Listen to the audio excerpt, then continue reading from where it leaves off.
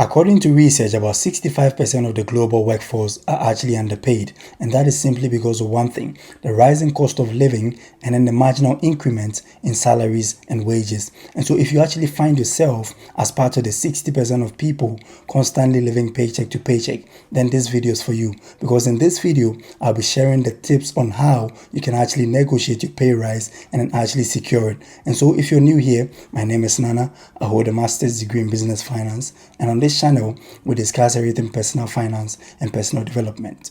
But before we dive deeper, there's one thing that we need to consider, and that is, why is it necessary for us to actually get a pay raise? So there is an economic concept known as inflation, and inflation is generally the rise in the price of goods and services in an economy over time. So usually the price of the goods that we consume and the services that we consume in an economy will rise over time. And so ordinarily we expect our income or our salaries to rise with it, so that we still retain that purchasing power to be able to pay for our needs and our wants in the near future. And that is why it is necessary for our income to actually rise to the level just as inflation is rising, or probably marginally above inflation, to make sure that we do not lose our purchasing power altogether. This brings us to the second part of the video, and that is, why do people not get a pay raise? So the first thing that you need to consider is simply because of companies' budget constraints. So several companies come out every single year with a budget as to how much they actually want to increase when it comes to their wages and salaries. On average, according to the Bureau of Labor Statistics,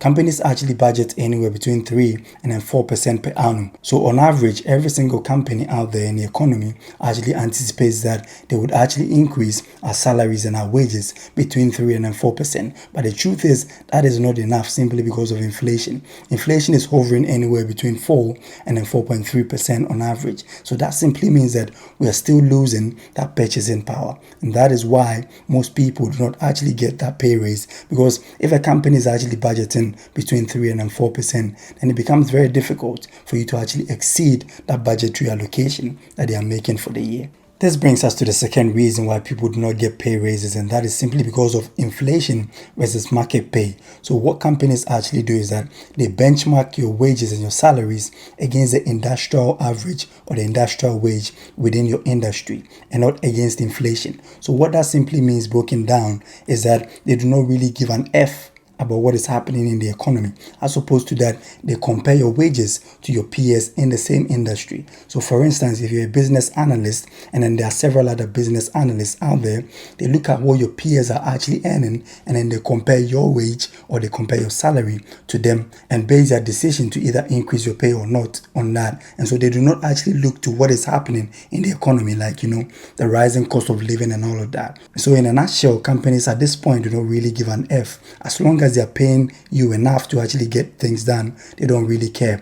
They benchmark your increases against the average or the wage that is actually trending in your industry. And that is the reason why most people do not see pay raises at the end of the year. This brings us to the third reason why people do not get raises, and that is simply because tenure is not actually equal to raises. So people would argue that I've spent 10 years, 15, 20 years with the company, and yet still they've not actually increased my pay over that stipulated time period. Companies at this point really do not care, like I've stated earlier.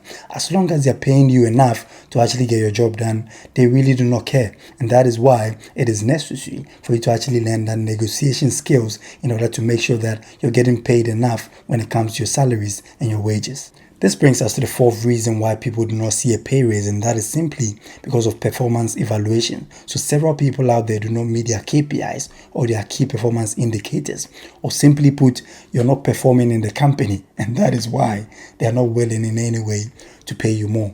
And so that is self-explanatory because it's stated in your employment letter. So without further ado, let's just move to one point, and that is, how can you actually negotiate a pay raise? And so the first thing that you really need to do when it comes to negotiating a pay raise is to have a mindset shift. So know that actually going out there to your bosses to negotiate a pay raise is not you actually fighting for anything or you being aggressive or whatever, because people feel bad, and I've seen it. I've seen several people go into HR to substantiate their claims for pay raise, and they have that inner guilt.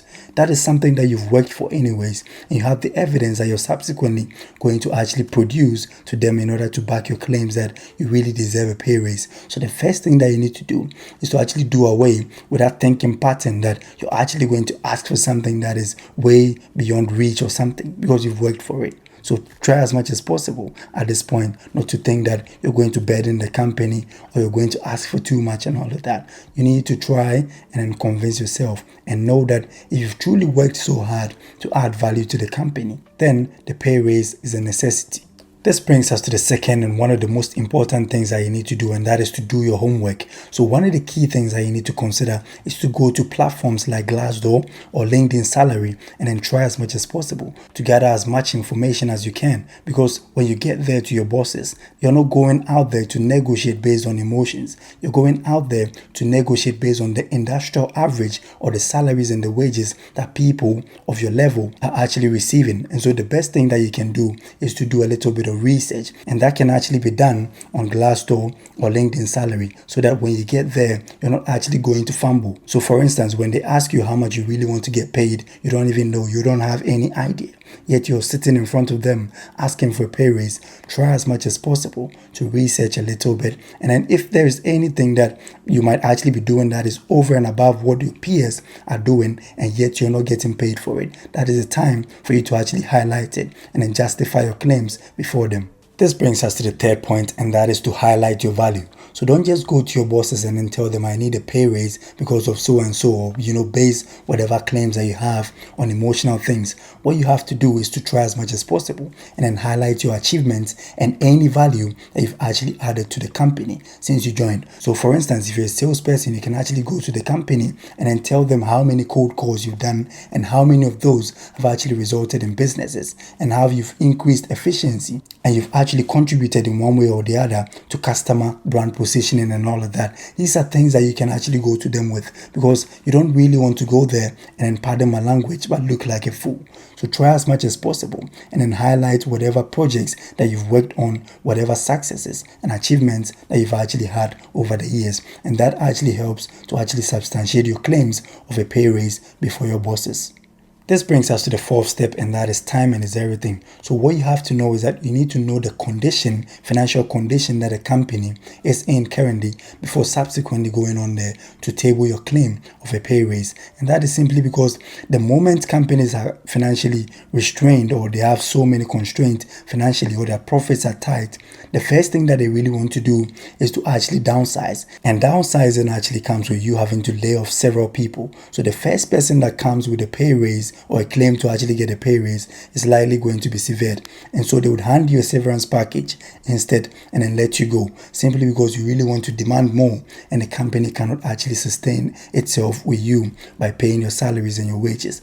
So what you have to know is that anytime that a company is extremely performing, then go to your bosses with those achievements or the projects that you've worked on, the progress that you've made as an employee, and that would actually increase your chances of actually securing a pay raise, as opposed to when the company is actually striving or struggling financially, because that would also ensure that you lose your job altogether. So timing and then knowing when to ask is also of great importance, and that is something that you want to consider when it comes to negotiating for a pay raise. This brings us to the fifth step, and that is to practice your ask. So before you go in there, try as much as possible to familiarize yourself with what you're going to say out there, because the truth is you don't want to go to your bosses and look like a fool or act like you don't even know what you're talking about in front of them. That would actually diminish your chances of you actually securing a pay raise. So for instance, the easiest way you can go to them is to go out there to them and then start by doing this. So my name is Nana. I've actually been working with the company for the past 5 years,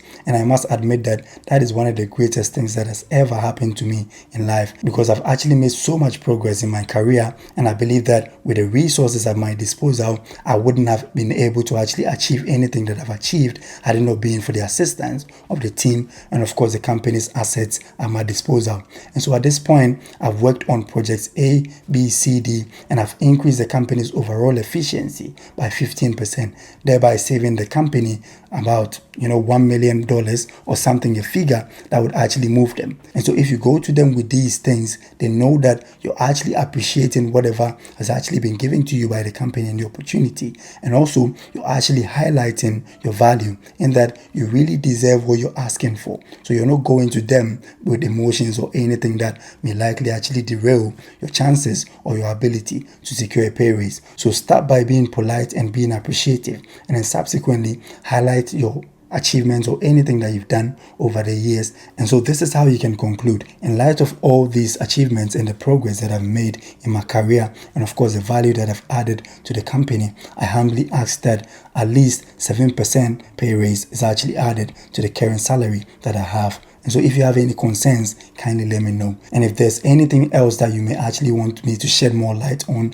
I'm ever happy to do that. Thank you. This is the best way that you can go about it. Be polite, be precise, and then know what you're asking for. And more importantly, your value. This brings us to the sixth and the last step, and that is to be prepared for a pushback. Now, mind you, companies do not really want to spend, and they really want to increase their profits and all of that. So what you want to know is that there really might be a pushback from your bosses, and that is simply because they want to cut down costs and then increase their profit margins. So try as much as possible and then get around that pushback. So what you can do is that if they have to tell you straight into your face that they cannot actually afford a pay raise, what you can actually do is to ask questions. So ask them the simple question: okay, these are my key performance indicators. What things do you think would actually be required for me to actually do more and then earn that pay raise that I'm actually asking for in the near future? By so doing, they would give you the roadmap as to how you can actually earn more by working more, or by doing or delivering several other value, or by working towards maybe a promotion or a vacancy somewhere in the company that may subsequently ensure that you're earning more than you're currently earning. And so if you found value with this video, kindly smash the like button and then consider subscribing, because I'll be shooting several videos like this to help you in the near future. Thank you for spending time with us, and see you in the next video.